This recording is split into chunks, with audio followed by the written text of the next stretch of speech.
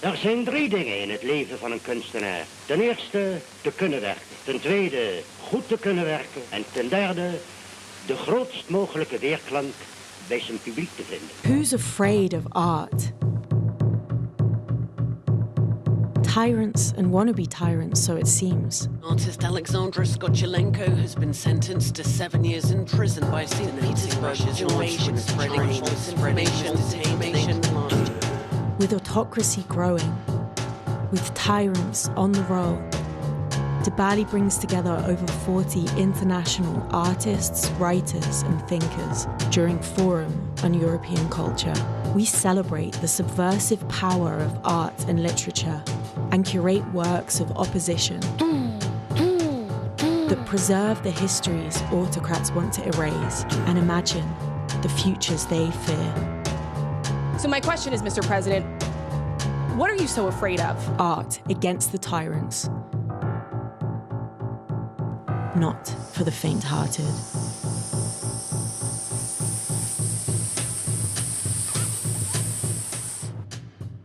Yes, so welcome everyone. Welcome to Why We Need to Talk About Crimea. As you could see, a program that is part of the European Forum on Culture.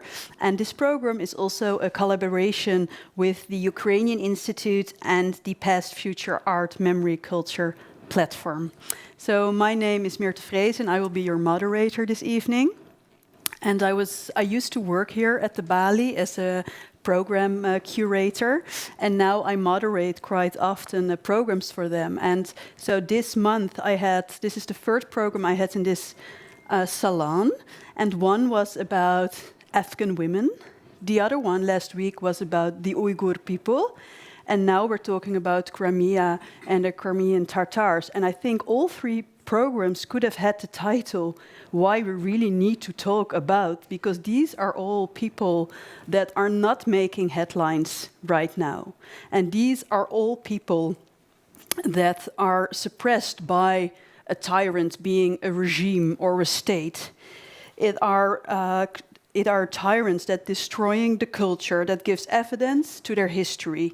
And it makes us, and I think that is the we in the title, believe that the cause of Afghan women, of Uyghur people, of Crimean Tatars is a lost cause. And I think that's why we really need to talk about Crimea tonight. So as you could see, the main theme of the forum is art against the tyrants.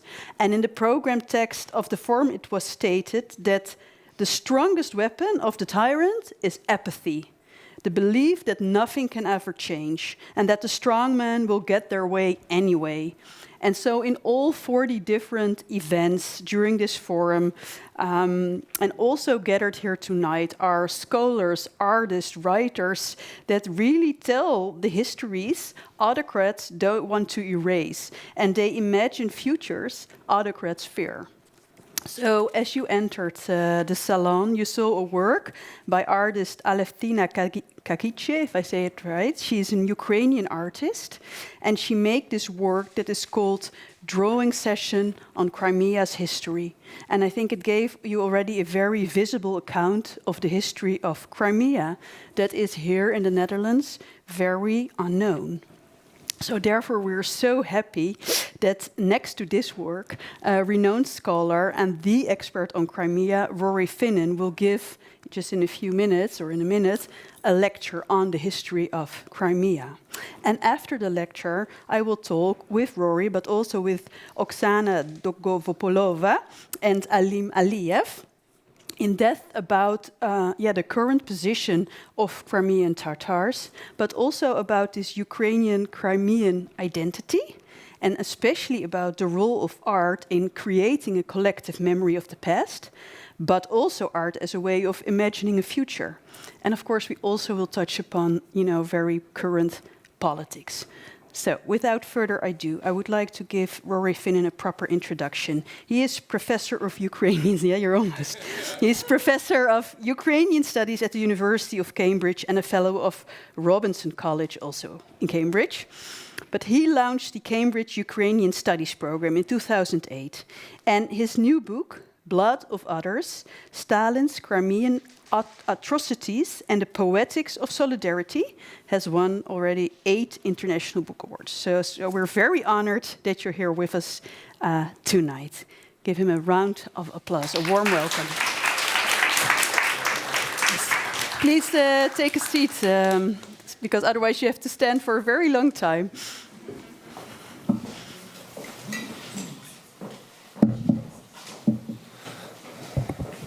Mirta, thank you so much for that lovely introduction. Good evening, everyone.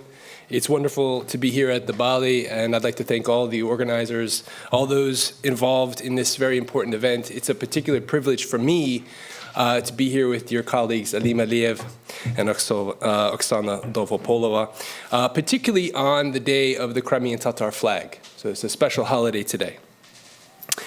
Before we begin, I would like to introduce you to another colleague who cannot be here today. He is a colleague who is the oldest Ukrainian political prisoner in Russia. His name is Volodymyr Ananyev. He's in his mid-70s. As a child, he grew up in Crimea. His family actually is buried near Kerch. His mother is buried there. He lived there until he was 16. He then went to university in a region of eastern Ukraine that we often reductively, even monolithically, call Donbass. And then he settled in Kyiv, where he has been a very engaged citizen, a civic journalist, a churchgoer, an activist, someone who's very involved in the cultures and societies of different populations in Ukraine, particularly the predominantly Sunni Muslim Crimean Tatars, often referred to as Kremlin. Now, last year, in February 2024, Volodymyr went to Crimea. This is, of course, a risky proposition for a Ukrainian citizen during Russia's full-scale war of aggression, but he's in his 70s. He wanted to visit with friends from his childhood. He wanted to pay homage at his mother's final resting place.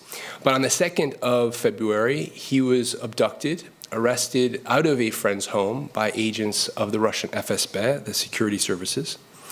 He was subsequently charged with planning terrorist activity and actually being involved in an assassination conspiracy. Now, these charges are clearly absurd, and that's precisely the point. The point is to demonstrate this arbitrary cruelty of the Russian state towards vulnerable citizens, in this case, a senior citizen. Volodymyr has poor vision. He has glaucoma in one eye.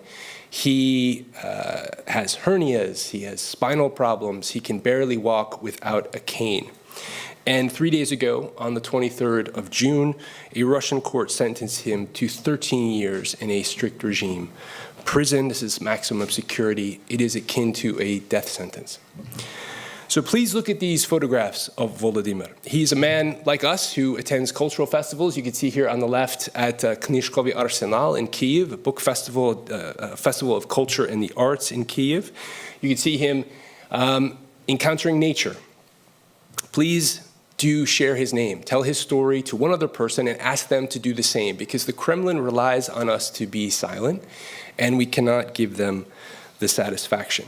So today, we're going to talk quite a lot about silence, about ignorance, about strategic avoidance, and how culture can work to combat them, to contest them. In fact, I would like to open our discussion today with 2 simple observations and one conclusion that is drawn from them. Observation number 1 is that our ignorance of Crimea's specific unique culture and history, contributed to Russia's annexation of the Black Sea Peninsula in 2014. That's observation 1. Observation 2 is that our silence about Russian occupation of Crimea contributed to the full-scale invasion in 2022. So both these observations lead to a logical conclusion, that our continued avoidance of Crimea, our failure to study it more closely, to pay attention to its people, to what's happening there will contribute to further Russian escalation, further Russian aggression in this year and beyond. So that's why we're here, to confront old patterns, to acknowledge past mistakes, and to fight back with cultural inspiration, with cultural imagination, against Russia's escalatory logic of first conquest, then occupation, and indeed genocide. So we're here to talk in urgent and informed ways about Crimea, roughly 10,000 square kilometers upon which, like the rest of Ukraine, the future of Europe rests. And we need to face this fact, right? In London, New York, Washington, D.C., even in Amsterdam beyond this room, this urgency to learn more about Ukraine, this urgency to learn more about Ukraine's autonomous Republic of Crimea, it can be hard to grasp. Sometimes it struggles to break through the political noise and the intellectual haze, and it struggles to overcome what is a very disturbing normalization of Russia's war of aggression. And I think this is due in part to two illnesses. So I want to start talking about these illnesses. I think they've worn us down. They've calloused our senses. The first is amnesia. The second is blindness. So first, amnesia.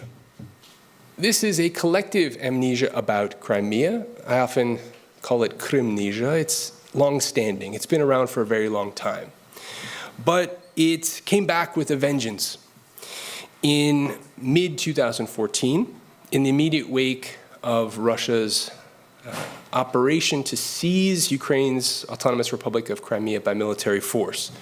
Recall that this was the first violation of the so-called territorial integrity norm since the drafting of the UN Charter in 1945.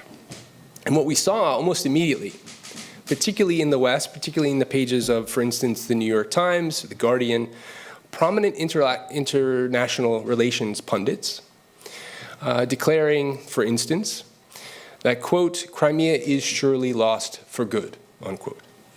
So these hot takes quickly set in as groupthink. And they did so despite glaring facts of history, geography, and culture that we can acknowledge and see even in this draft map of Ukraine by French military engineer Guillaume Beauplan from 1639. This is the Tabula Geografica Ukrainska. It's just a draft. It's the first draft of one of many maps produced by Beauplan of Ukraine. He also wrote a very elaborate prose description of Ukraine in the 17th century. This is one of many maps produced by cartographers. And like many maps of this era, of the early modern period, you can probably see if you're squinting at it and wondering what's going on, the southern orientation is at the top, and the northern orientation is at the bottom. So this is a familiar tendency among a lot of early modern maps. So if we flip this map and then overlay it with a modern one, you can see that Beauplan centers Ukraine wonderfully as an object of knowledge. So it really, this is a map that really captures the contours, the borders of Ukraine so very well. And even in this map, even if it's a draft, Beauplan underscores what is an abiding reality, a reality that has been borne out over centuries. The reality that Ukraine and Crimea need to be seen together in the same frame. It makes clear the geographic reality that Crimea is not attached naturally to Russia, and that it's very simply an extension of the Ukrainian mainland. And this actually was something that Soviet officials acknowledged quite often, particularly in 1954. They frequently cited and had themselves quoted as saying that Crimea is a, quote, natural continuation of Ukraine's southern steppe, unquote. So this continuity, this continuation of the steppelands of Ukraine south to the peninsula also speaks to an important fact of their symbiotic interdependence. So Crimea as a peninsula is not only attached to mainland Ukraine, it's dependent on mainland Ukraine. It's dependent on resource and water flows from places that are now occupied by Russian troops, places like Kherson, those parts of Khersonshchina that are indeed occupied by Russian forces, cities like Melitopol and, of course, Mariupol as well. By the way, just as a footnote, for students in the room, in the 17th, 18th century, Ukraine was very much a source of fascination in the European cartographical imagination. So European audiences consumed many maps that focused on Ukraine as a specific place with a specific people and a specific culture. So this is a good example. This is the map of Ukraine, Terra Kosakorum, land of the Cossacks, by Johann Baptist Hohmann. You can see here roughly 80 years after Beauplan's maps, 1720. Once again, a map that focuses on Ukraine as a specific place. In a sense, we can say that in the 18th century, and even before in the 17th century, our ancestors in European capitals knew more about Ukraine on its own terms than we do today. So that brings us back to amnesia. Our collective forgetting of Crimea got worse quickly once Russia began to invade by installments into Ukraine's east, so into the Donetsk and Luhansk oblasts. At the time, politicians, conventional analysts rarely connected the dots between Crimea and Donbass, even though they're a few hundred miles away from each other. We tended to read them as a question of before and after rather than meanwhile. And a curtain quickly fell over the peninsula. And what we didn't see was how the Kremlin turned Ukraine's territory against it, turned it into a hinge, a point of pivot of expansionist aggression. This is something that it's done to Crimea in the past, as we'll see. And this is not only a question of Russia militarizing institutions of Crimean society and culture, but it's also a question of militarizing consciousness itself, mentalities, cognitive frameworks. And we witnessed in February 2022 the horrific consequence of this militarization. Russia's war began with the military seizure of Crimea in 2014. It then escalated this war by launching an attack in part from Ukraine in 2022. And this has led Crimean Tatar activist and now Ukraine's ambassador to Turkey, Nariman Jalal, as well as President Volodymyr Zelensky, to say, quote, "This Russian war against Ukraine and against all of Europe began with Crimea, and it will end with Crimea, with its liberation." Now, military steps towards this Ukrainian liberation are being made right now. That's a fact. But we are not in the habit of recognizing them. So to this amnesia, this illness that we began with, we also have to confront our blindness. Particularly in scholarship, but also in media coverage, we're not looking at what's taking place in Crimea and the Black Sea. And really the achievements are striking. They're unimaginable before 2022. Essentially, Ukrainian forces have destroyed more than half the naval tonnage of Russia's Black Sea fleet. It's done so without a conventional navy. This is the definition of asymmetrical warfare. And what it's done is displaced so much of the Russian Black Sea fleet that remains to the deep sea port of Novorossiysk, that is on Russia's internationally recognized territory. So what makes these illnesses, this amnesia, this blindness possible? Here we need to confront a bigger disease. And that disease is our long-standing failure to confront deep-seated Russian imperialism and colonialist aggression in our scholarship, in our politics, and in our cultural life as well. For too long, we have surrendered to Russian reflexive control that has had us in the grasp of concepts like Russian greatness, Russian great culture, rather than listening to voices of Ukrainians, Crimean Tatars, Kazakhs, Estonians, voices long evident in cultural contexts in particular. We'll talk about how cultures always, I think, expressed the messages of these voices clearly, but we haven't been paying attention to them. And these voices have been making clear something that now threatens our collective security here today. And they've focused on an important truth. And very simply, Russia is an expansionist land empire that is actively right now recolonizing conquered peoples, often with genocidal intent. And pound for pound, the territory that is most laden, most freighted with this colonialist fantasy is Crimea. And this colonialist fantasy boils down to 4 words. Krym iskona ruskaya zemlya. Crimea is eternal, perennial Russian territory. Now, this is an absurd claim. This is a claim that would be similar to someone in England saying that Ireland is perennial English territory, insisting that Irish kings never existed, etc. We wouldn't accept it. But such claims circulate. They circulate here in the Netherlands, they certainly circulate in England, and they do so because we fail to study the places that are colonized, and we're too infatuated with the spectacle of empire. So we don't focus enough on the complexity of places like Ukraine and Crimea, and instead we focus on the metropole, Moscow, Petersburg, etc. So it's really high time for all of us to decolonize our own thinking. So this word is being used quite a lot, decolonization. No one really knows what it means.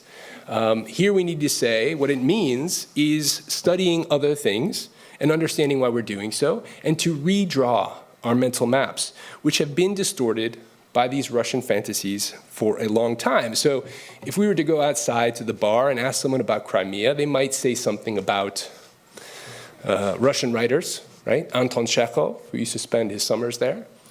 They might say something about the 19th century Crimean War, which was a war started because of Russian expansionist aggression that saw a defeat of that aggression by other imperial powers. They might say something about the Soviet Shangri-La of rugged mountains and long stony beaches. And that's exactly what the Kremlin hopes that you think about.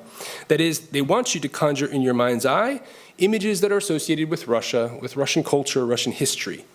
Images of Crimea as an island, as a jewel floating in the Black Sea, with no thought given to Ukraine or to Crimea's indigenous peoples, the Crimean Tatars, the Krimchak, Karaim. So here's an example of one of the images that you might imagine the Kremlin hopes you see. This is the kind of thing that would have hung in the Hermitage, Amsterdam, prior to 2022. It's the vision of a canvas by a painter named Ferdinand de Meijs, entitled Allegory of Catherine's Journey to Crimea. This is a widely copied work that presents Russian Empress Catherine II in a kind of odyssey of triumph and splendor. Here we see her as a personification of an empire on the march. And indeed, in May 1787, Catherine II arrived in Bakhchisarai in the Churuk-Su Valley in southern Crimea, which had been for centuries the seat of the Crimean Khan. So the Crimean Khanate had dominion over the Crimean Peninsula and Ukraine's southern steppeland. The connection, again, in history is key for us to understand. She also had a European retinue with her. And we know from these European colleagues that she ascended the Khan's throne in the palace in Bakhchisarai with, quote, satisfaction. That's the word that's used. And so this is quite a painting. You can see on the upper right an image of Neptune next to Peter I, who's looking on approvingly.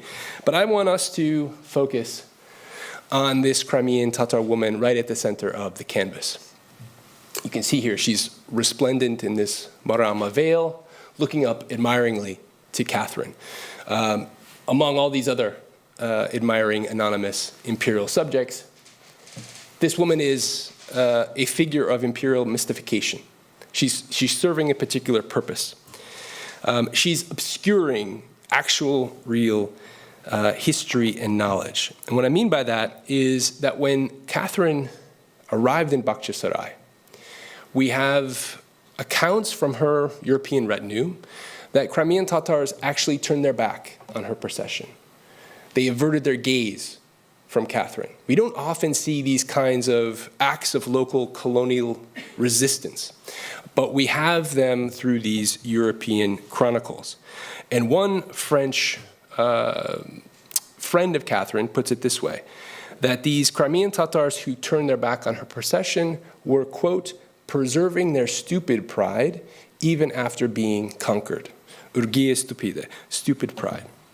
So this painting is a kind of allegory, but it's not the one that Timaeus means. It's an allegory of epistemic intellectual suffocation, a suffocation of voices and perspectives that the academy in the West has been complicit in for too long. In Western histories of the Russian Empire, of Crimea, you don't hear about this defiant local resistance. You even don't hear about the 4 different invasions that Catherine had to subject the local Crimean population to before succeeding in annexing the peninsula in 1783. Usually that moment is presented as this seamless imperial expansion. It was nothing of the sort. So Catherine's arrival eventually leads to processes of Russian settler colonialism. So settler colonialism is a set of policies and actions that efface and replace native populations. And it is something that has been taking place in Crimea for centuries, also places like Circassia, and many other spaces that we often associate somehow with Russia. Sochi, for instance, which was the site of the Winter Olympics not so long ago, is actually, in the 19th century, written about as Shacha in the New York Times. People were very aware of Russian conquest of that part of the world, and we have since forgotten that specific Circassian history as well. So successive waves of Crimean Tatars after the 1780s ended up fleeing to the Ottoman Empire across the Black Sea.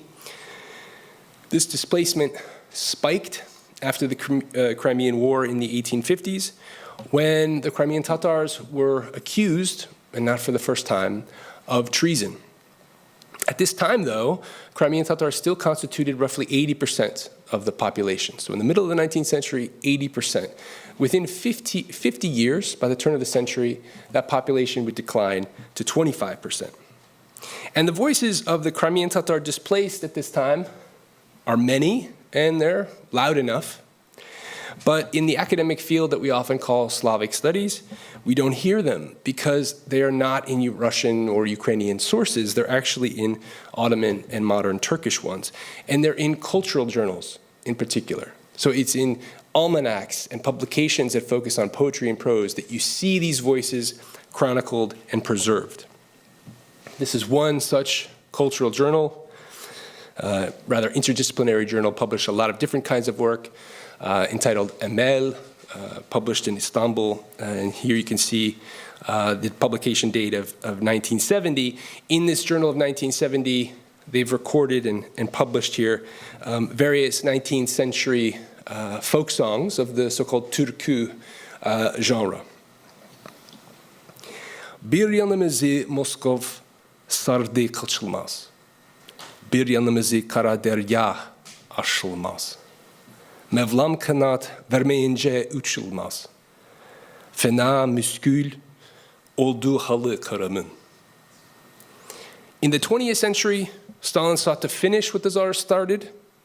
In May 1944, after the Nazis had retreated from Crimea, Stalin deported the remaining Crimean Tatar population, so roughly 200,000 people, mostly women, children, and the elderly, because many men were off fighting at the front.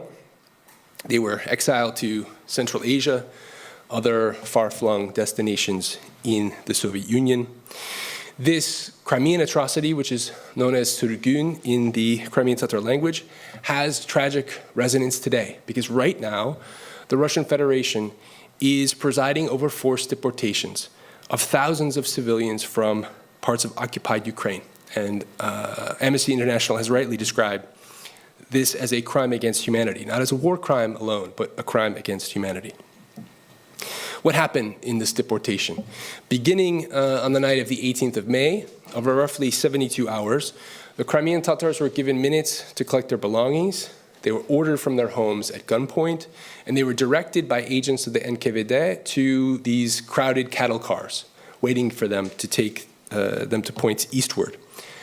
According to witnesses, the sick and infirm who were unable to travel, and this is the term used in Soviet documents, were liquidated, quote unquote. Those who defied the deportation order were shot. Emptied without a trace were villages like Üsküp in this chilling photograph from 1945. Entire valleys, like Cherkez Karmen, were deleted effectively. This is, as you can see here, a bustling town. You can see the minaret and mosque in the center. This is an image of Cherkez Karmen roughly today. These tents here in the center aren't actually permanent. They're just there for a music festival. So the entire place wiped off the face of the earth. Thousands of deportees died over the course of the journey from inhumane treatment, lack of water and food, vicious treatment by the NKVD, the predecessor to the KGB. And over subsequent decades, particularly in the 1940s, 50s, and 60s, Stalin and his successors replaced the Crimean Tatars, repopulated Crimea with mostly Russians, but also Ukrainians, so supplementing Slavs with more Slavs. This is leading people to this idea that somehow Crimea is Russian, when it's nothing of the sort. Soviet officials explicitly described this project at the time as the task of making Crimea a new Crimea with its own Russian form. Сделать Крым новым Крымом со своим русским укладом.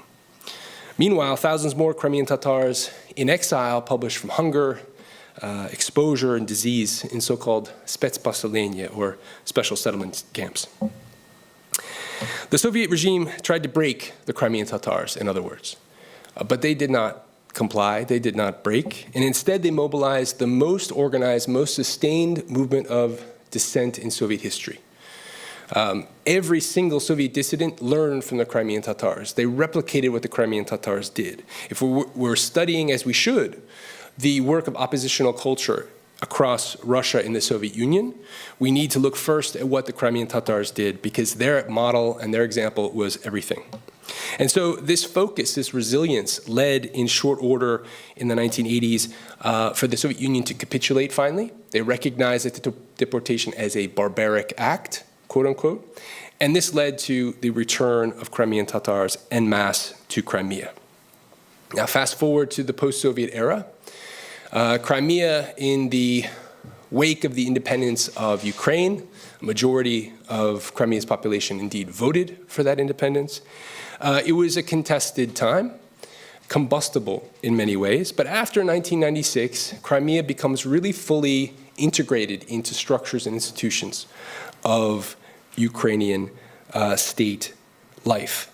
And research that one can see in sociology as well as political science reveals how a vast majority of people, even as late as 2013, testified that Ukraine should be, that Crimea should be a part of Ukraine. And so we've also seen in this research the centuries of connection of an alliance between Crimean Tatars and the Ukrainian state. And today this alliance is evident in so many ways, among them in Ukraine's armed forces, where thousands of Crimean Tatars are fighting in, for instance, the Noman Chalebi-Jahan volunteer battalion and many other places indeed.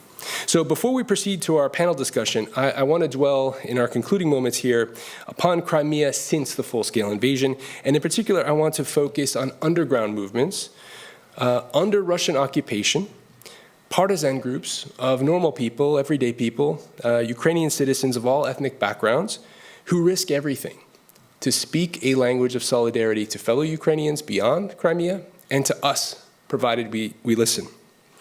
In our political discourse, of course, we hear very much, and images of Donald Trump, I think, elicited and reminded me of this, references, very casual references to the possibility of Ukraine ceding Crimea and ceding territory. The word is always territory. The term is abstract and very clinical. What we really mean is Ukraine giving up people. Tens of thousands of people in Crimea who do not want to live in a gray zone that's highly militarized. They want to live in an open and free society. We need to remember those people and those voices and put aside this focus and obsession with so-called territory. And these voices exist in large numbers. I don't have time to go into all of the military partisan groups that we could talk about here. I want to focus on people who are not involved in, let's say, military kinetic activity, but are actually involved in acts of local resistance that are cultural and informational. These are warriors of ethics, we might say. Figures that Frantz Fanon would say are engaged in, quote-unquote, vigilance. And often what they're doing is taking back the built environment around them, reclaiming the spatial environment that is marked by colonialist aggression for themselves. And I think Fanon would have appreciated the work of Zhovta Strichka, or the Yellow Ribbon Movement, which is very active in Crimea, very mobile. It recently began to spread this message, we are here, precisely because I think we've been normalizing this aggression. We haven't been focusing on all the brave, courageous acts of people who are speaking to another kind of future through culture and through their civil society activism. You also see examples of these activists writing and inscribing the letter Yi in various places. Yi is the 13th letter of the Ukrainian alphabet, but it's much more than a linguistic unit. It's a symbol of Ukraine's singularity, its unique culture, because it's the only letter, it's a letter that's not shared with Russian or any other Slavic language.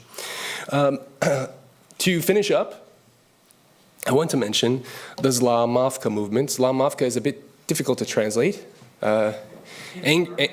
Angry nymph would be one option, but it's a reference to Ukrainian folklore. So a mavka is often a creature who manifests as a beautiful Ukrainian woman with a garland of flowers who lures men into the forest to their death.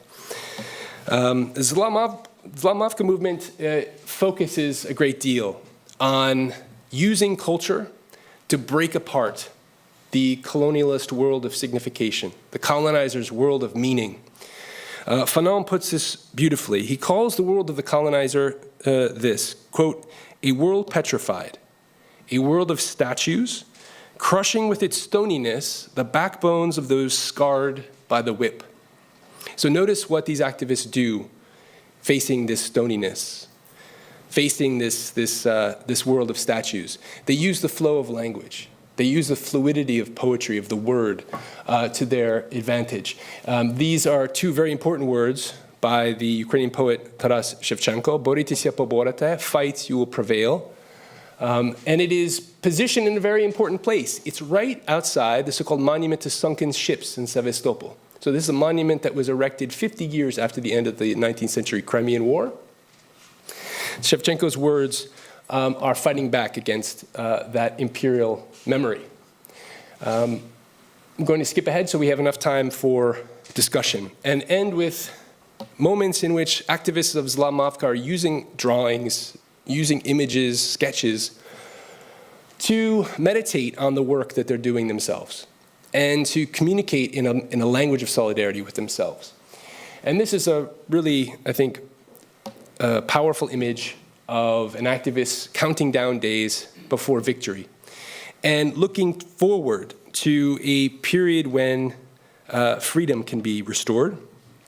Despair is our worst enemy, she writes here. We just need to survive, preserve our inner freedom and faith in humanity. And so this is a message we need to hear today in Amsterdam from occupied Crimea. A message of solidarity, a message of connection that, of course, speaks to the role of artists against tyrants. Thank you very much.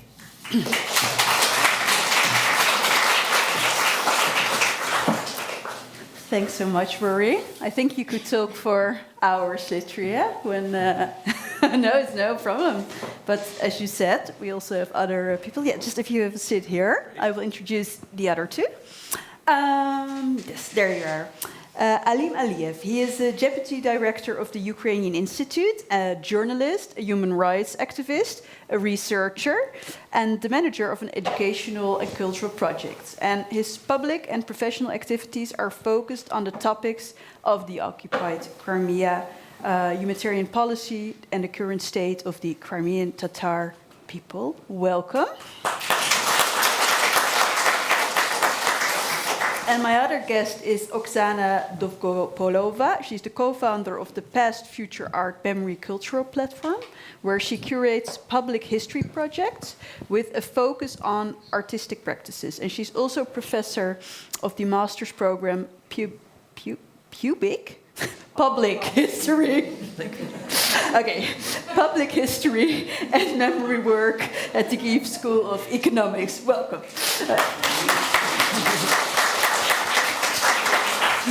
Okay. Okay, that was fine.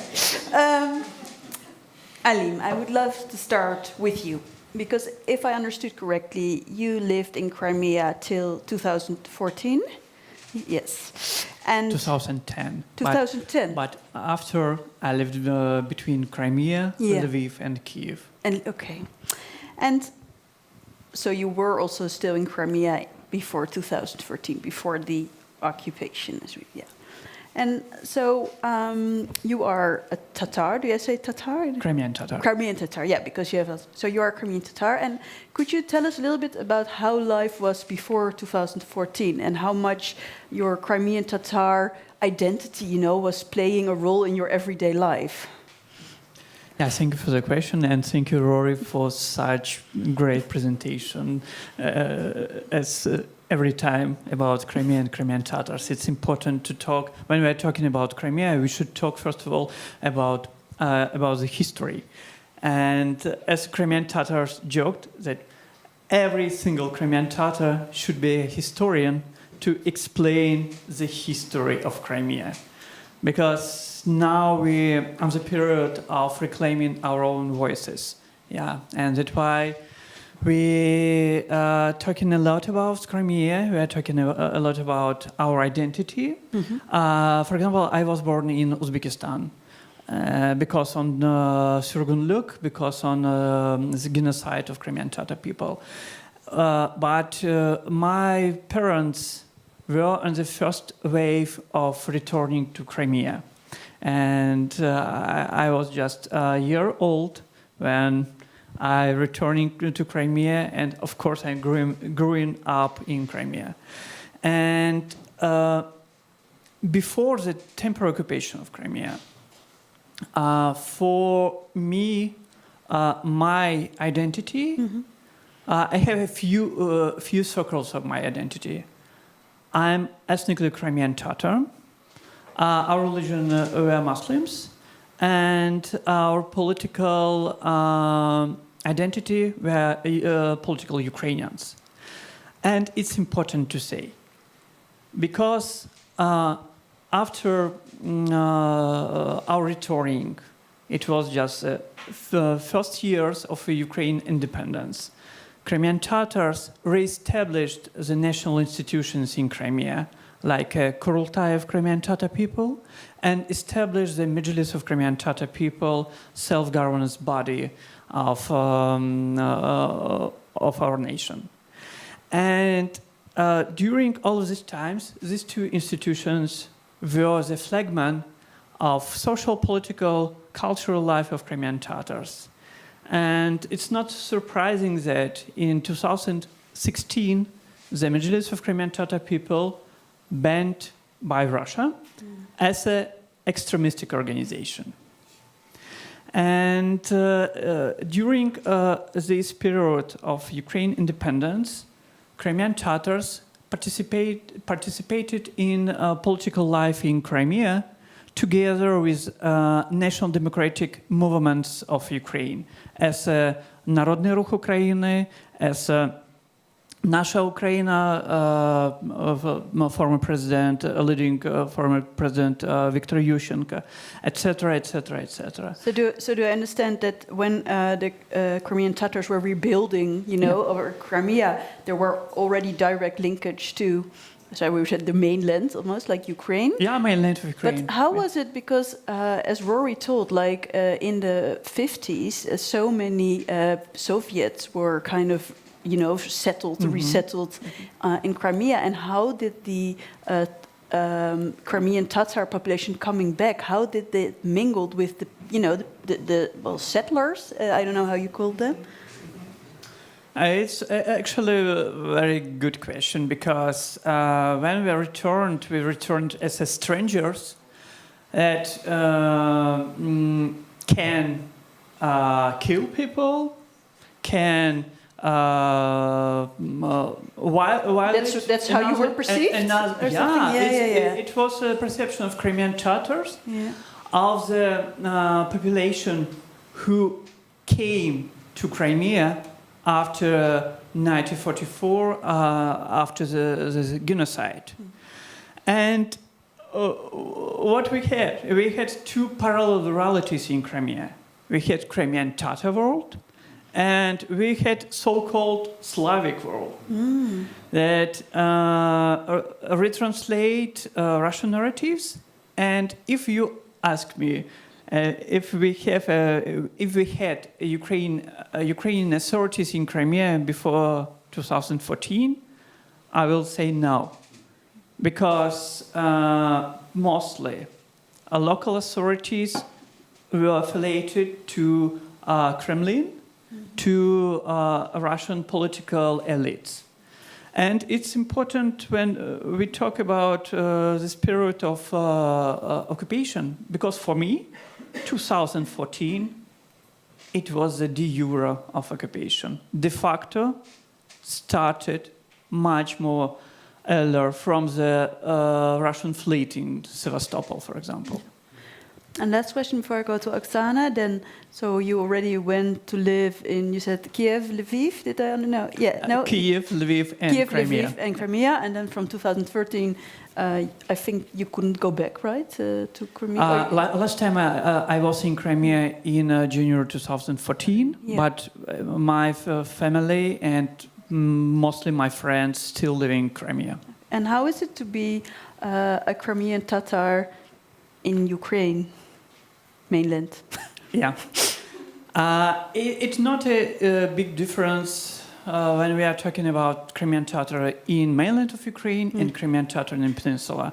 Because for what unite us, now we are one of the biggest challenge for Crimean Tatars. It's dispersing in the world, yeah, because dividing nation after the temporary occupation. But what helps us, it's values. And it's not just a beautiful world. When we're talking about values of freedom and values of dignity. And in our national basement, if I can say such way, the most important thing that gives us a choice in our direction. That's why, if you ask about Crimean Tatars in Ukraine, it means for today more and more Crimean Tatars participating in political, social, cultural life in Ukraine. For example, in my case, I'm a deputy head of Ukrainian Institute, a public institution affiliated to MFA of Ukraine. Yeah, but another my head, I'm activist and curator of Crimean Tatars projects that support identity. Yeah. But in Crimea, it's one more challenge that unites us also. It's preserving identity. It's the main question for Crimean Tatars in Simferopol, in Kiev, in Amsterdam, and in Uzbekistan. Yeah, well, that's very clear. Oksana, let's go to you, because I want to talk about this past-future art. I read that it was developed or built as to create a shared understanding of history. And then I thought, was there a lack of a shared understanding of history? Thank you very much for your question. Really, for each country, not only for Ukraine, historical narration is not something stable, rigid, and something which was created and not developed further. So for each country, historical narration is developing constantly, reacting the new circumstances of life, the new challenges, and so on and so forth. Really, we have a very hard heritage from Soviet Union, from totalitarian, from our totalitarian past, And we can remind different countries who had these experience. So we can speak about Germany, who was divided, from 1989, when a Berlin Wall was fallen, till now, Germany have these problems with sharing understanding of history. Yes, the same is in Ukraine. Not only in totalitarian countries. No. We see now in each country we have problems, such in the United States. United States have great problems with sharing understanding of the past and have great debates till now. So Ukraine have this problem, and we have. And is it then almost that it sometimes feels almost artificial, that you have to almost force, you know, a shared narrative about the past? Or you don't know what I mean? Like Mm-hmm. So. Some moments of our working through the past are reasoned by the deliberate actions of Soviet ideology. It's one layer of these problems. And that's why, as Alim said just now, that for many people who lived in Ukraine, Crimean Tatars were enemies. So when I was a student of historical faculty in Odessa University, I listened from my teachers. Yeah. So Crimean Tatars were traitors. And I was student in time of so-called perestroika. It was not this rigid Soviet Union.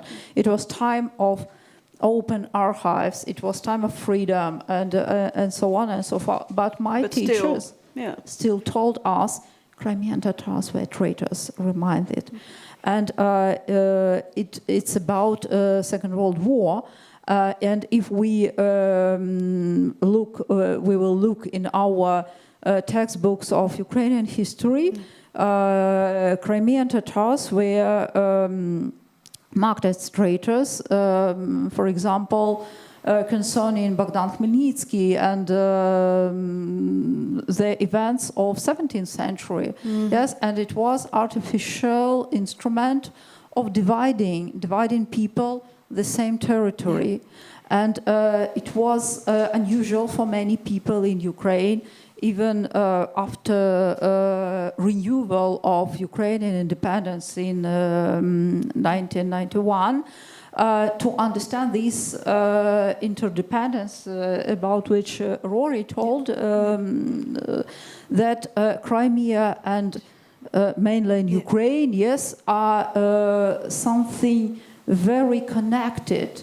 And but then not to be very negative, but because Rory, you are really presenting it here like, you know, Ukrainian peace can, you know, it started with the invasion of Crimea, and it will only end when, you know, Crimea will be a free and part of Ukraine again.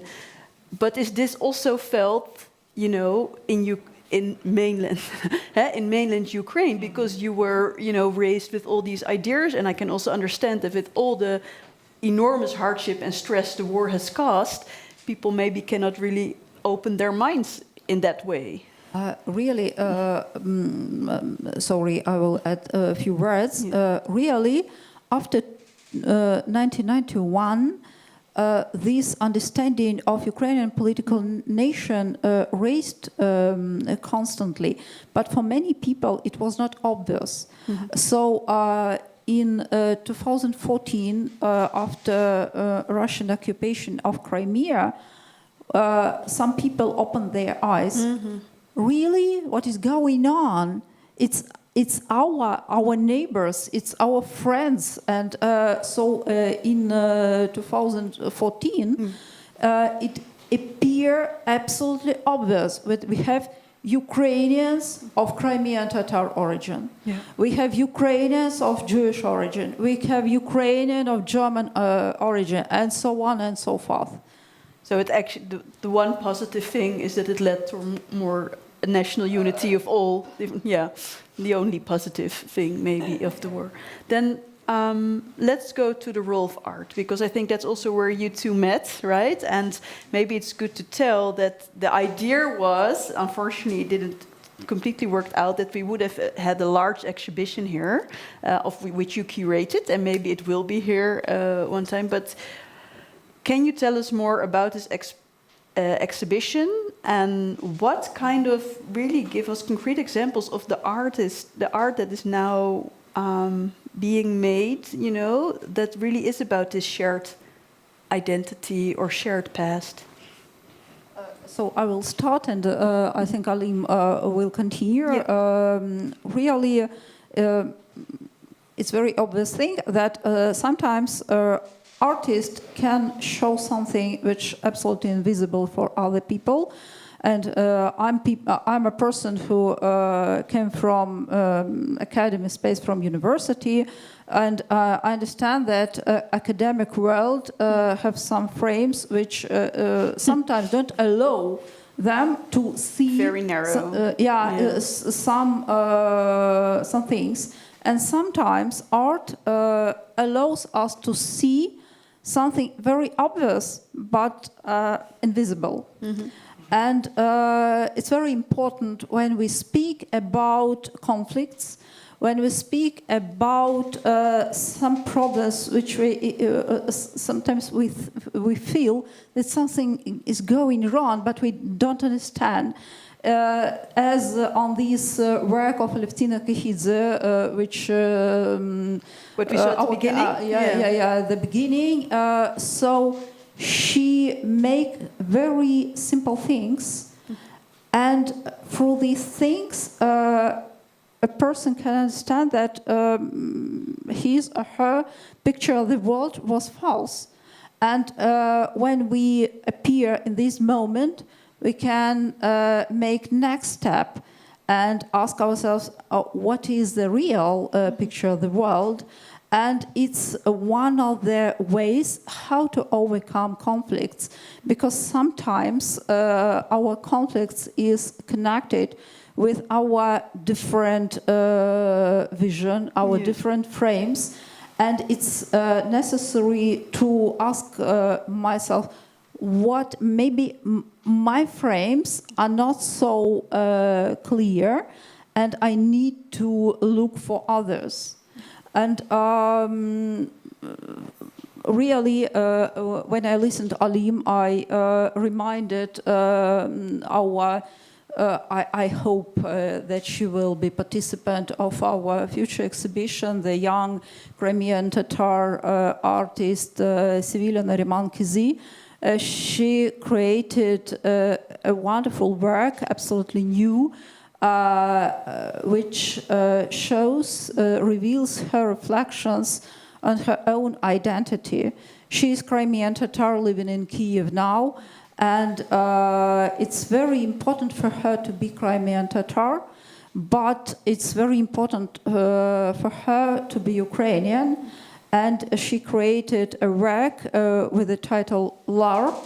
It's a part of the word which shows pluralis in Crimean Tatar language. And it's about how she feel herself in this context of Lar, that she has different identities. Yeah.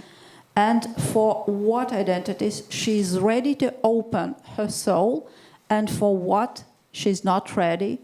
And it's very important, because when we work with this work, and when we try to understand what is the message of these artists, we ask ourselves, we Ukrainians, yes, we ask ourselves, okay, is it all right with my identity? Maybe I need to open slightly more my identity to invite my neighbors inside. Mm-hmm. And this is the role of art. And maybe Alim will add a few words about this video.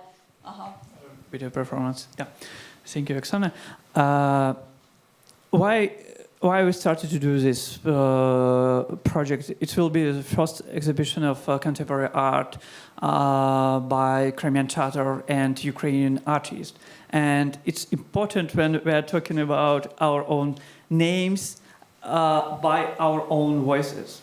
And that's why today, for example, in Crimea, art is only one island of freedom. Okay. Are there still Crimean Tatar artists living there? And some of them, yes. And I have another experience. I'm a founder of literature project.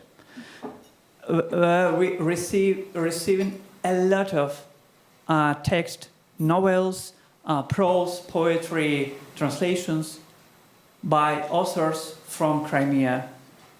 Right Sometimes anonymously, without names.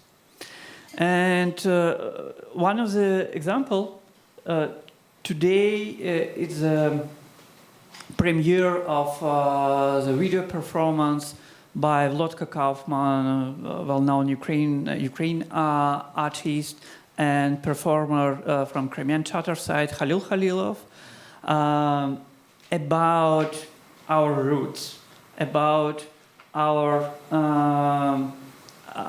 feelings and our history and our culture, uncreated culture. Mm-hmm. And they used three main elements. I just even make some notes for myself. First element, it's a tumbleweed plant. One, it matures, it detaches from the roots and carried by the wind, dispersing the seeds. It's of course, it's a metaphors of the people in deportation and after deportation. Mm-hmm. Second, it's ruberoid. It's from my childhood, the very cheap material or roofing felt, that Crimean Tatar used in 90s when we built our self-settlement homes in Crimea. And third material, it's blank pages. Of course, it's about this unwritten history and uncreated culture. Mm-hmm. And I hear that it's a lot about identity forming and also about this making a shared past, looking for the overlaps in the past, about forgotten histories or suppressed histories. But I also read that you said to have power means to have an image of the future. And in what way do the arts that you have curated or selected already are dare to give an image of a future? The questions of identity is a question of the future, who we are and what world we want to create, in which world we want to live. Mm. And so that's why our thoughts about our past, what is wrong in our past, what are our traumas from, if we understand it, we can heal it. Mm-hmm. And we can imagine the world where we want to live. And art gives us these instruments of imagination. So each society and each person can't live without thoughts about the future. And we try to imagine and our artists try to imagine the future without the war. So if we think about the world about the war, we believe that the war will be finished. Yeah, of course. Tonight it's symbolic to talk about Crimea on this Crimean Tatar National Day, and by the way, congratulate all Crimean Tatars and Krim Tatar Bayrakunu Khairli olsun. And for us, it's this war this occupation is existential war, as for all of Ukrainians. And for us, it's war about future. For Russian Federation, this war about past. Mm-hmm. And for today, we talking about our future inside Crimean Tatar community, but also with the broader Ukrainian community, with Ukrainian philosophers, with Ukrainian state officials, with Ukrainian public intellectuals, etc., etc., etc. And as for me, the future of Crimean Tatars is only when two flags will return to Crimea, a Ukrainian flag and Crimean Tatar flag. Yeah, clear. I wanted to also talk about, because it's like we really should talk, why we should, and then I just assume that the we is not only the people here in the room, but maybe also the broader, and then it's like Europe or Western Europe. And you said somewhere that the battle for European values and the freedom of the entire region is taking place in Ukraine. And there's no need to feel sorry for us or victimize us, but we ask you stand with us. And then I was thinking about Europe, and I was thinking, do you know, Europe today, if I think what are, you know, the biggest parties in most European countries, you know, very right-wing, just like the Netherlands. Do you still believe in European values? Is that something? No, for you, yeah, for everyone. I mean, it's my existential question, but look, no, course, I mean, yeah. because it is just, you know, what European values do you know, are you looking for? Or do you hope that are still there? Of course, yes, because our enemy, of course, wants that we don't believe into values that unite us. No. Yeah. And separately, it's much more easier to fight against us.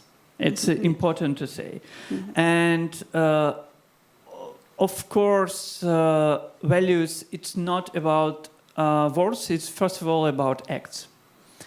And I want to thank to Dutch people for supporting Ukraine and our Ukraine people who stay here in Netherlands, but also it was yesterday. I thought it's important things that we had. It's a special tribunal against war criminals in our war that established in Hague. Here in The Hague. Yeah. Oh, yeah. And it's important. Second, the Netherlands adopted that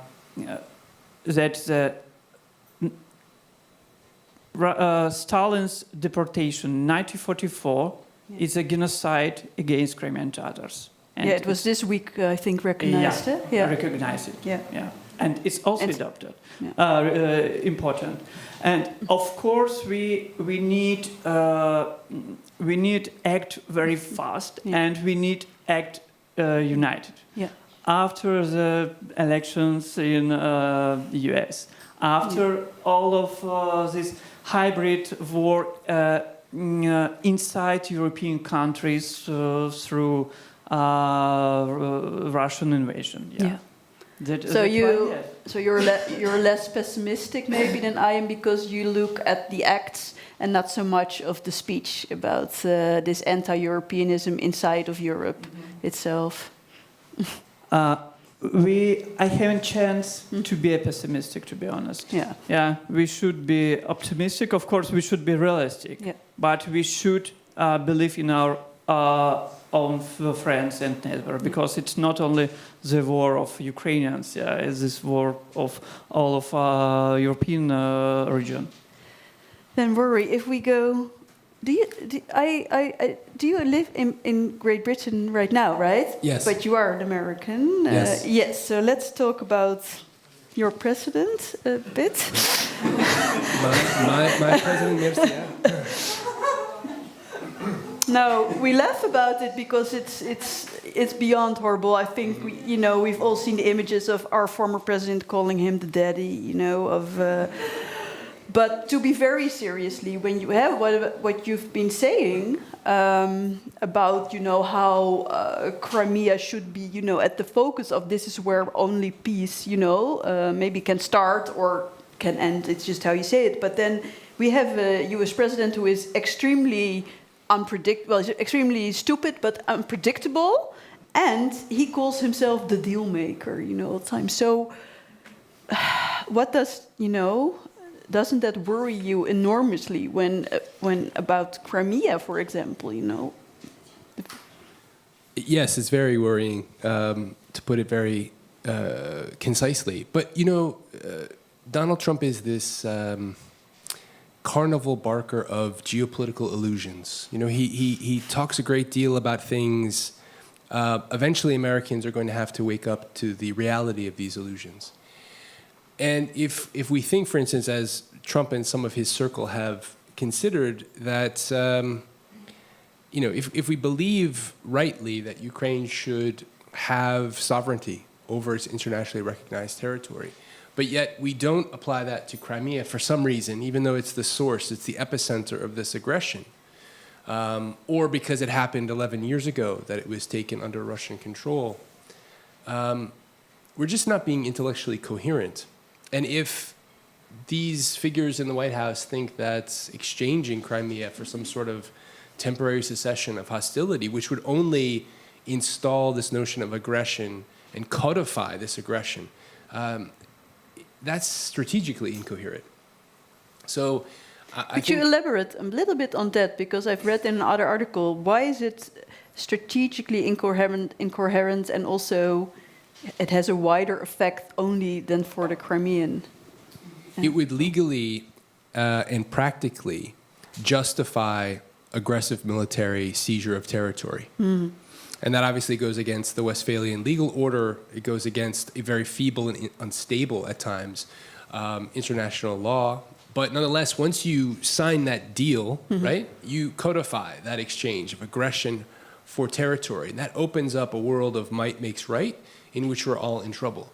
So once we understand this connection in particular between Ukraine and the mainland again, sometimes when we just get back to basics, it makes all the difference in the world, because there's a paradox that Ukraine will never be secure, will never be safe with a Russian-occupied Crimea, and a Russian-occupied Crimea will never be resource secure without Ukraine. That's the paradox. We need to accept this inconvenient truth. And I think eventually the reality of this will become apparent to all. I just hope it's not because we have deferred on this and now our children and subsequent generations have to deal with a new ticking time bomb. We've had to deal with what happened when we didn't take 2014 seriously. And we saw what happened with that. If we just, call it a day and expect to go back to the start, that's the definition of insanity. And that's leaving it to subsequent generations, which obviously in Ukraine is something that we're desperately fighting against. But here in the West, we have to acknowledge it as well. We'll just be pushing this cart down the road. And mm-hmm. it's unacceptable given the horrors that we've seen and that I think we've had to address in so many different ways. Yeah. Do you have questions for any of the speakers? Please raise your hand or something. Yeah, now there you are. Or maybe you want to... Yeah, could I have one of your mics? Yeah, and then you can share? Oh, that's great.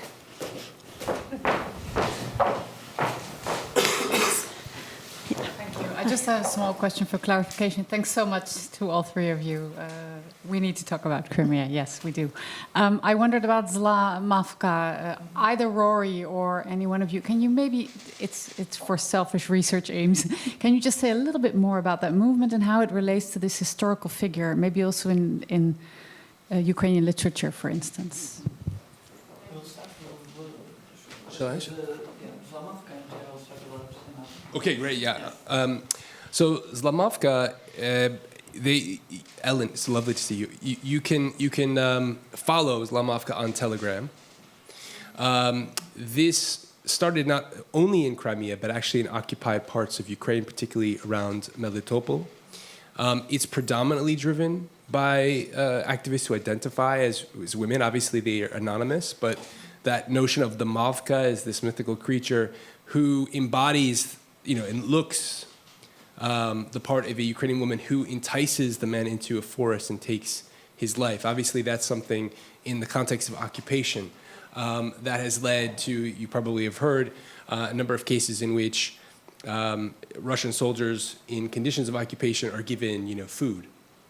And that food is poisoned and also often delivered by activists and partisans. So it's playing on this folkloric past, but it's also referencing, very practical techniques of violent and nonviolent resistance. But mainly, the movement itself is it's all about that display.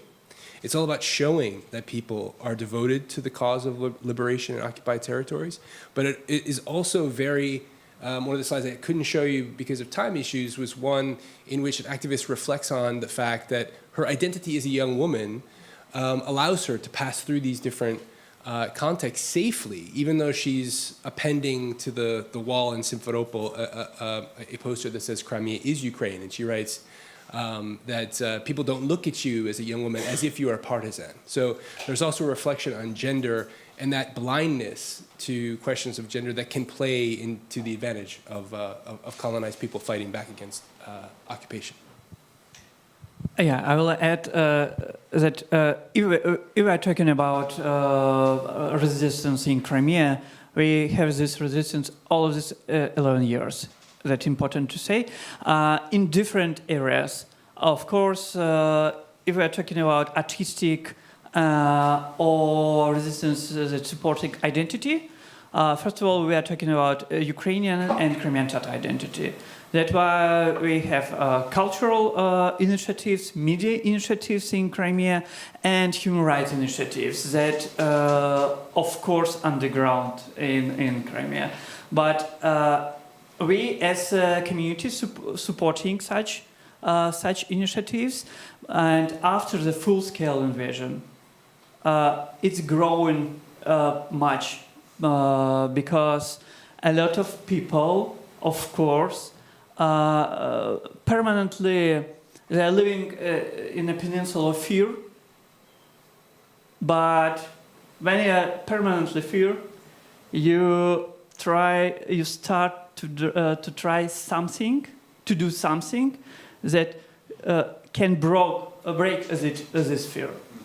And after the full-scale invasion, a lot of, for example, Crimean Tatars, also in armed resistance, in Ukrainian army, of course, in different battalions, and we also have 2 separate Crimean battalions in the Ukrainian army. Another question. Yeah. Okay, I'm not good. I want the mic back, okay? Yeah. Definitely. I have a question to Alim Aliev about, I don't know how much you will be able to answer it, but I hope you will. It's about Crimean Tatars in Turkey. As far as I know, there's a sizable diaspora. I've heard in Ukraine sometimes it's been compared to Ukrainian diaspora in Canada in terms of the numbers and activity. And I was wondering about their power in terms of helping Crimea being shown also on stage, not only in Western Europe, but also in more eastward. And I was wondering if there are any kind of communications that has been held with the diaspora there, or any kind of activity that they're holding in terms of bringing also Crimea to stage and helping it. Yeah, I think it's an important question because really we have a huge diaspora in Turkey, amount of from 3 to 5 million people. But it not means what's the main issue is mostly this diaspora formed in 19th century, after Crimea War and after huge wave of repressions against Crimean Tatars by Russian Empire. And for today, some of them, mostly of them, maybe it will be correct, lose their own identity. Turkish identity absorb it because language is similar. It's one branch of Turkic languages. Culture and the same religion. But after temporary occupation, we have a new wave of diaspora. And this diaspora now trying to act in Turkey and trying to help also to return this this part of forgotten identities for Crimean Tatars who in Turkey now. But if we are talking about the role of diaspora, now we have this new diaspora after 2022, because as you know, a lot of Crimean Tatars left Crimea because Russia forcibly mobilized Crimean Tatar people, Ukrainians, inhabitants of Crimea to Russian army. And as you know, it's a war crime, yeah. That's why a lot of Crimean Tatars in Europe, of course, a lot of came to mainland of Ukraine, but now it's a challenge to have one, have one common agenda and common ground to talk about future. Yes.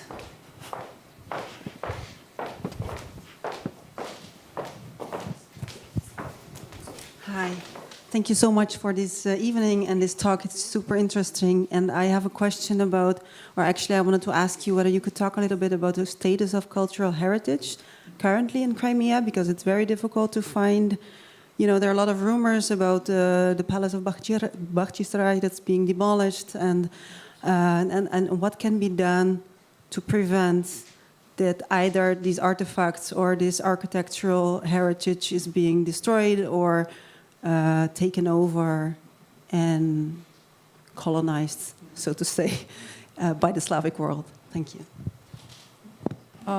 Thank you for this question. Really, we know about very difficult problems with heritage.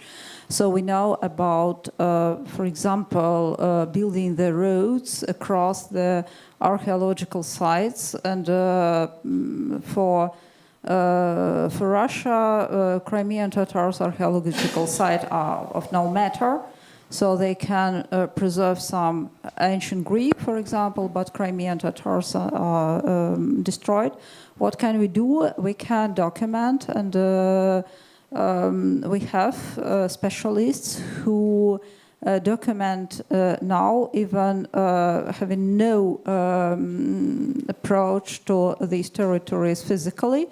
So, for example, such organization, the Center of Special Technologies, they made researches of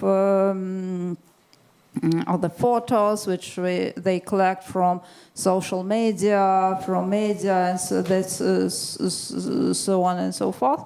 So they create this picture of changes, and they document each day what is going on.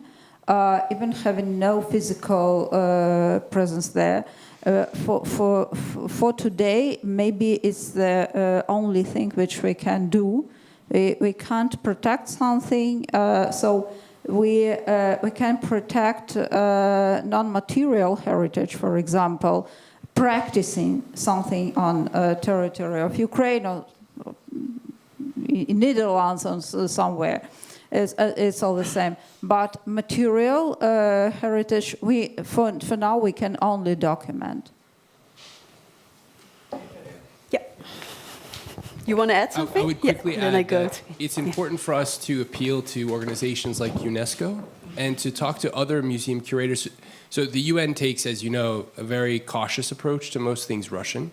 There's this constant worry about agitating, making things worse. That's, I think, a really foolish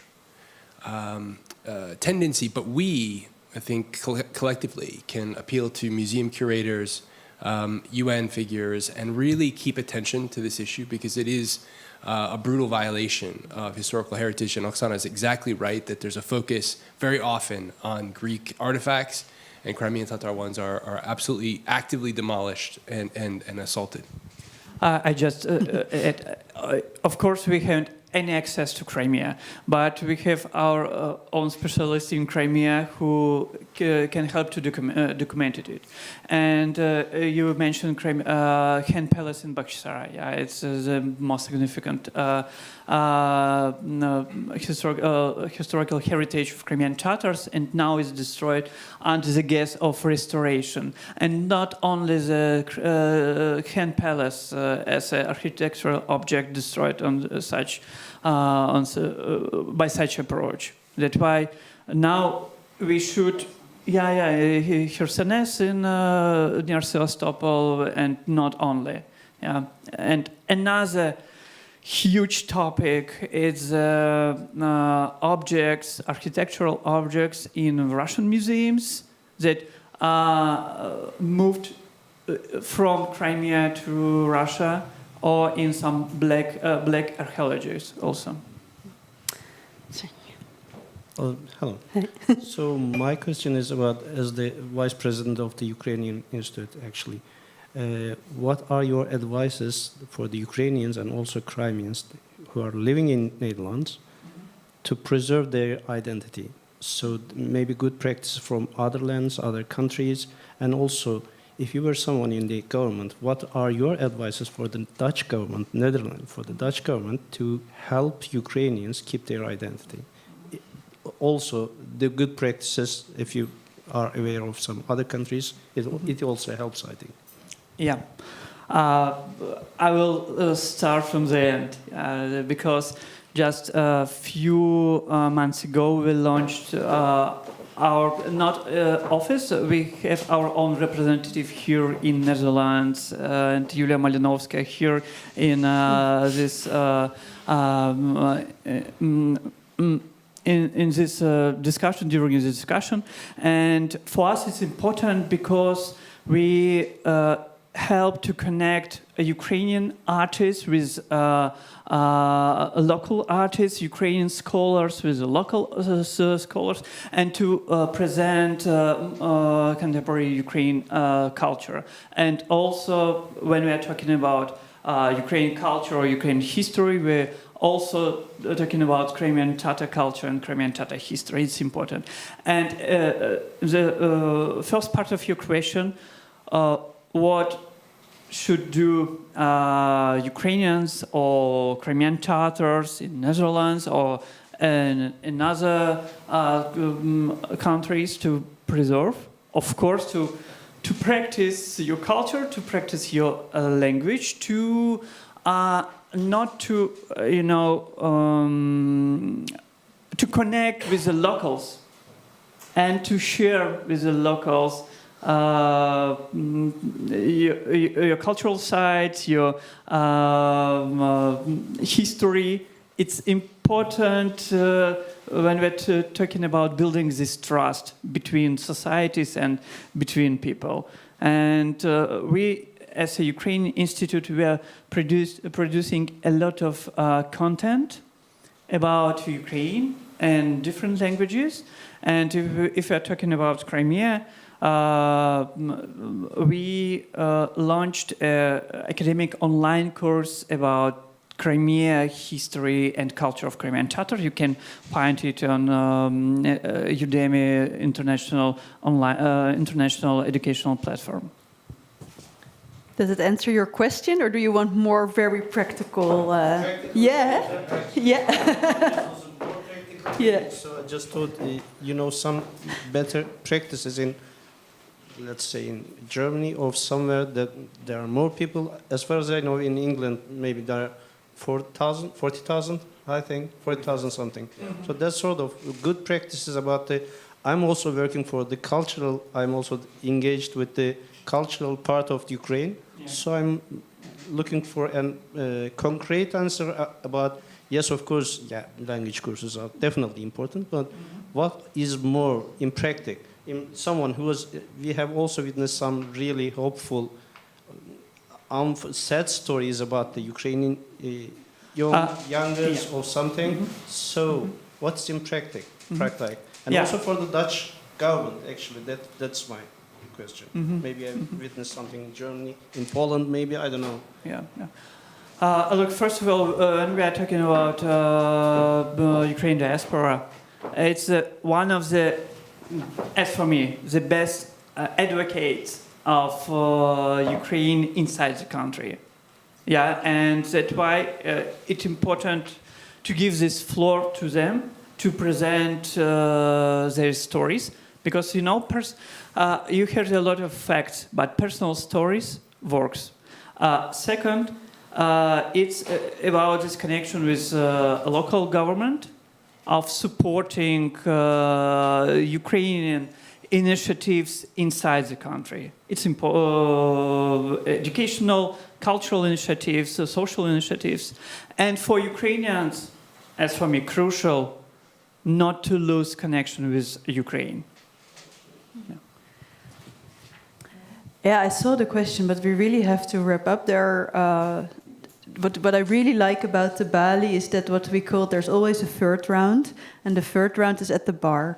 And and it gives it's a place for actually the best conversations, because most guests always stay. So please, I think that you will stay. And if you still have questions, you could go to one of these great speakers. But before we go, because of course we've talked a lot about art, and what I told you, the plan was that there would be the whole exhibition here. That didn't really work out. But when you go outside, there's also a stairs that goes upstairs, of course.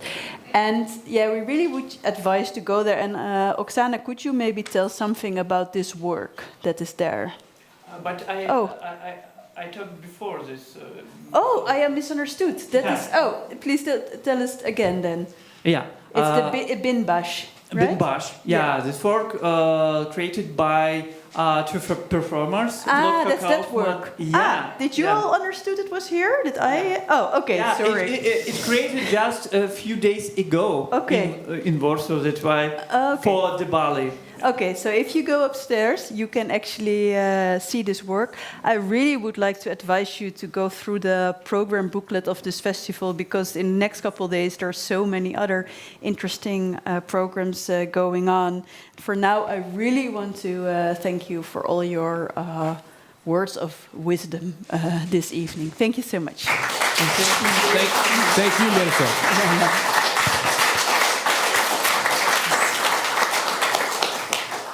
And this annoying fly.